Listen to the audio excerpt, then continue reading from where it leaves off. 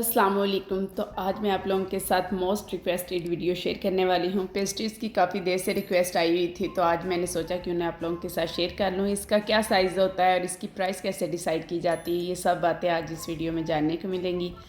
तो आप लोगों ने एंड तक मेरे साथ रहना है। तो चलिए स्टार्ट करते हैं। पहले हम लोग स्पॉन्ज रेडी कर लेते हैं। ये मेरा सिग्नेचर स्पॉन्ज है जो कि बहुत ज़्यादा यमी होता है और मेरे क्लाइंट्स बहुत ज़्यादा पसंद करते हैं। और जब से मैंने काम स्टार्ट किया मैंने इसी स्पॉन्ज को लेके चली हूँ और अब तक मैं इसको चेंज करने के कोई मूड में नहीं हूँ। इसके कुछ बेनिफिट्स भी हैं जो मैं आज आप लोगों के साथ शेयर करूँगी। आपको बहुत ज़्यादा पसंद आने वाला है ये स्पॉन्ज और इसको बनाना भी बहुत आसान है। अगर आपने सारे टिप्स को, सारे पॉइंट्स को नोट कर लिया तो आपका स्पॉन्ज परफेक्ट बनेगा।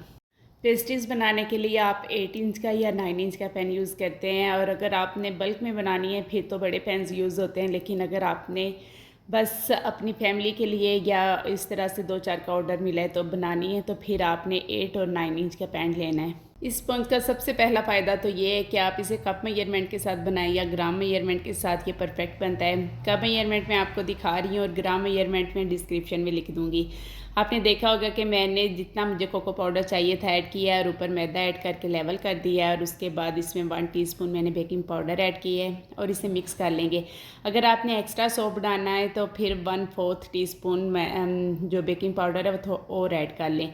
मतलब 1 टीस्पून प्लस 1/4 टीस्पून ऐड करेंगे तो थोड़ा ज़्यादा सॉफ्ट बनेगा। वैसे 1 टीस्पून जो है वो इनफ होता है। अब यहाँ पे अंडों को बीट करेंगे। अंडों को हमने इतना बीट करना है कि ये क्रीमी फॉर्म में आ जाए।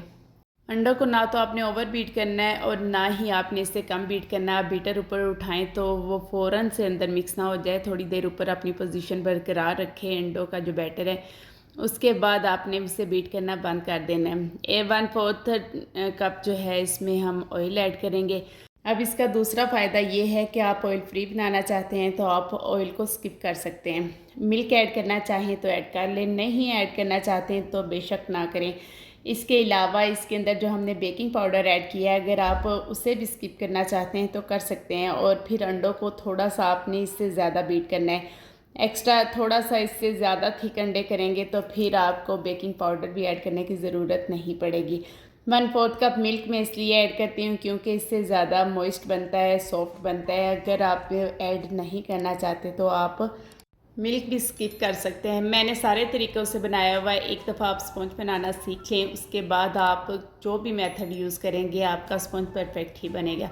मैं चूँकि सारे तरीक़ों से बना चुकी हूँ और मैंने देख लिया है कि बहुत परफेक्ट स्पॉन्ज बनता है और इससे इजी और परफेक्ट आपको स्पॉन्ज की रेसिपी नहीं मिलेगी।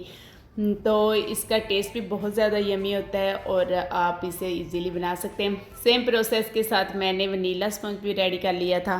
पिछली वीडियो में मैं जो इम्तियाज़ मॉल से वो डिस्पोजेबल बॉक्स लाई थी वो कम थे, तो फिर यहाँ मुझे अपने ही टाउन में शॉप मिल गई। तो हाँ, फाइनली हम वहाँ से जाके ये वाले बॉक्सेस बाय कर लाए थे।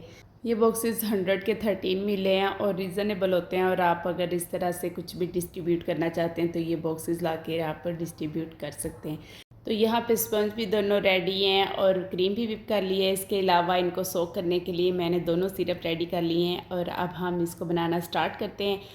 काम को हमेशा मैनेज कर लिया करे, देख लिया करे कौन सा काम पहले करना चाहिए और कौन सा काम बाद में करना चाहिए। अगर मैनेज करके चलेंगे तो आपका काम भी आसान हो जाता है और आपकी चीज़ भी ज़ाया नहीं होती। अब हम सबसे पहले वनीला स्पंज रेडी करेंगे। इसकी बड़ी वजह यह है कि वनीला क्रीम यूज़ करने के बाद हम बची क्रीम में गनाश ऐड करेंगे।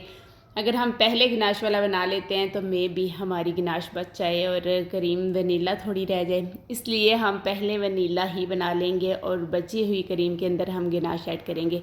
तो यहाँ पे मैंने उससे शुगर सिरप से वेट किया है। मेरा मानना ये है कि शुगर सिरप से जब हम वेट करते हैं तो जो पाइनएप्पल केक है, वनीला केक है, ज़्यादा मज़ेदार बनता है। इसके अंदर आप कोई भी फ्लेवर ऐड कर सकते हैं। स्ट्रॉबेरी फ्लेवर ऐड कर सकते हैं, मैंगो फ्लेवर ऐड कर सकते हैं, ऑरेंज फ्लेवर, जो भी आप फ्लेवर ऐड करना चाहें आप कर सकते हैं। लेकिन शुगर सिरप से वेट करने से ज़्यादा मॉइस्ट और ज़्यादा मज़ेदार और ज़्यादा यमी केक बनता है। और यहाँ पे मैंने पाइनएप्पल बनाना था इसलिए मैंने शुगर सिरप ही लिया है, इसलिए मैंने इसको अंदर पाइनएप्पल ऐड करने थे। ऊपर से हम इसको थोड़ी सी क्रीम और लगा लेंगे तो दूसरी लेयर रखेंगे। बहुत सॉफ्ट और मॉइस्ट हमारा केक जो है वो बना है। अच्छा, मैंने बहुत ज़्यादा ज़रूरी बात जो आप लोगों से करनी थी वो ये थी कि मुझे ये आप मैसेज करते हैं कि आपका पर्सनल नंबर मिल सकता है, आपसे कैसे बात हो सकती है, आपसे प्रॉब्लम डिस्कस करनी है। देखिए, सोशल मीडिया को हैंडल करना बहुत मुश्किल है।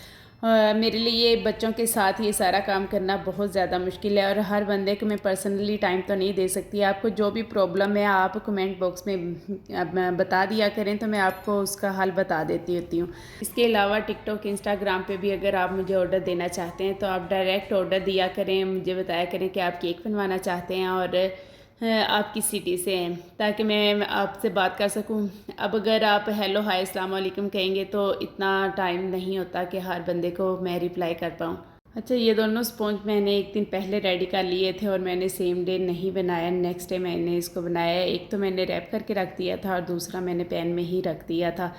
तो फिर बाद में नेक्स्ट डे मैंने इसको जब बनाया ना तो स्पॉन्ज जो है ऑलरेडी मॉइस्ट हो चुके थे। This chocolate cream too much yummy. अगर आप इस तरीके से चॉकलेट केक बनाते हैं तो बहुत ही यमी बनता है। तो मैं नॉर्मली जो चॉकलेट केक होता है वो इसी तरीके से बनाती हूँ। मैंने दोनों केक्स को क्रम कोट करने के बाद फ्रिज में रख दी है। 1-2 घंटे का स्टे देने के बाद मैंने इसको फाइनल टच दी है।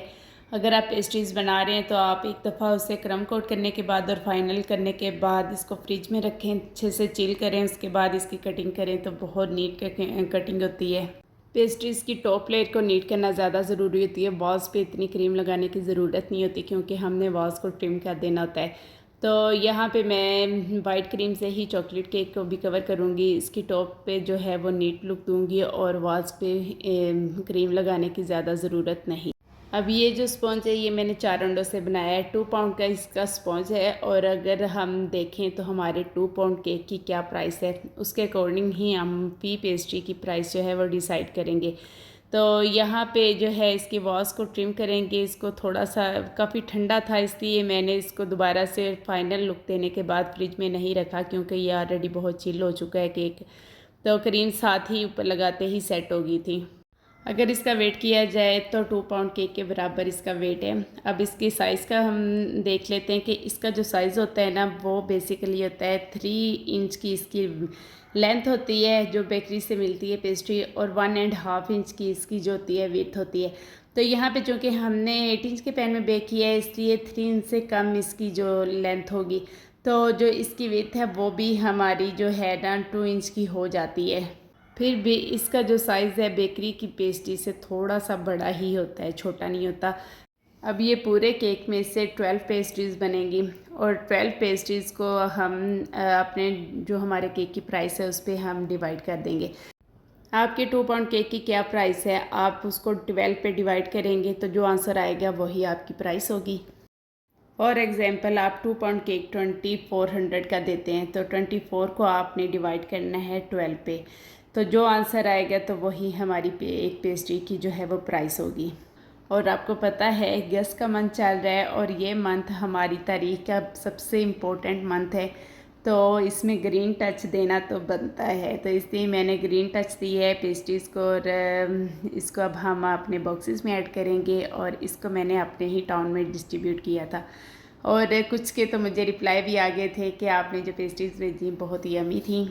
आपको पेस्ट्रीज़ के बारे में अंदाज़ा तो हो गया होगा कि किस साइज़ की होती हैं और अगर आप बड़े पैन में भी बनाते हैं तो आपने कितने साइज़ में उसकी कटिंग करनी है। तो अगर आपको कोई भी क्वेश्चन है जो कि आपको डिस्टर्ब कर रहा है तो आप कमेंट बॉक्स में पूछ लीजिएगा।